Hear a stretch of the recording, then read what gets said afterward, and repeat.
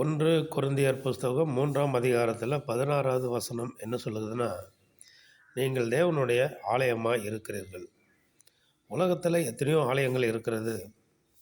அந்த ஆலயத்திற்குள்ள லட்சக்கணக்கான ஜனங்கள், ஆயிரக்கணக்கான ஜனங்கள் சாமி கும்பிட, தொழுது கொள்ள, ஜெபம் பண்ண, கர்த்தருடைய சமூகத்தில் அமர்ந்திருந்து பிரார்த்தனை செய்ய, வேண்டிக் கொள்ள அநேகர் என்ன பண்ணுறாங்க, ஆலயத்திற்குள்ளே கடந்து வராங்க.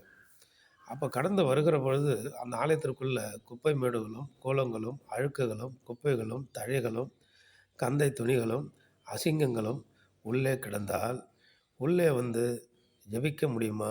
அல்லது சாமி கும்பிட முடியுமா? அல்லது ஆராதிக்க முடியுமா? அது என்ன செய்ய முடியும்? ஒன்றும் செய்ய முடியாது. ஏன்னா வெளியிலே கிடக்கிற குப்பைகள் ஆலயத்திற்குள்ளே இருக்கிறது. அப்பொழுது அந்த ஆலயத்திற்குள்ளே யாரும் கர்த்தரை தொழுது கொள்ள முடியாது. நாமும் தேவனுடைய ஆலயமாய் இருக்கிறோம்.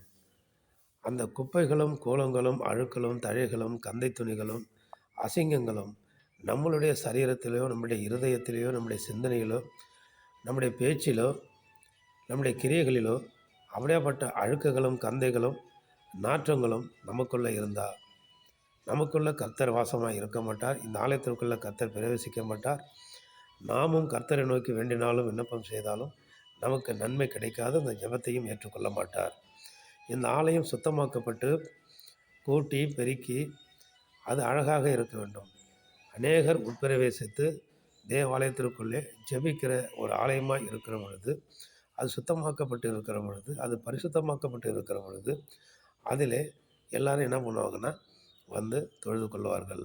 ஏன்னா அது சுத்தமாக இருக்கிறது. அதனால் ரொம்ப நேரமும் அமர்ந்திருப்பார்கள். இல்லை அங்கேயே தங்கியிருக்க வேண்டும் என்று ஆசையும் படுவார்கள். பரிசுத்த ஆவியானவரும் அப்படி தான், நம்ம தேவனும் அப்படி தான். நம்ம சரீரம் ஆலயமாக இருக்கிறபடினாலே அவர் நம்ம கூட வாசம் பண்ண ஆசைப்படுவார். நம்மோடு அமர்ந்திருக்க ஆசைப்படுவார். நாம் நம்மை சுத்திகரிப்போம், சுத்தப்படுத்திக் கொள்ளுவோம். ஆமென். அல்லேலூயா.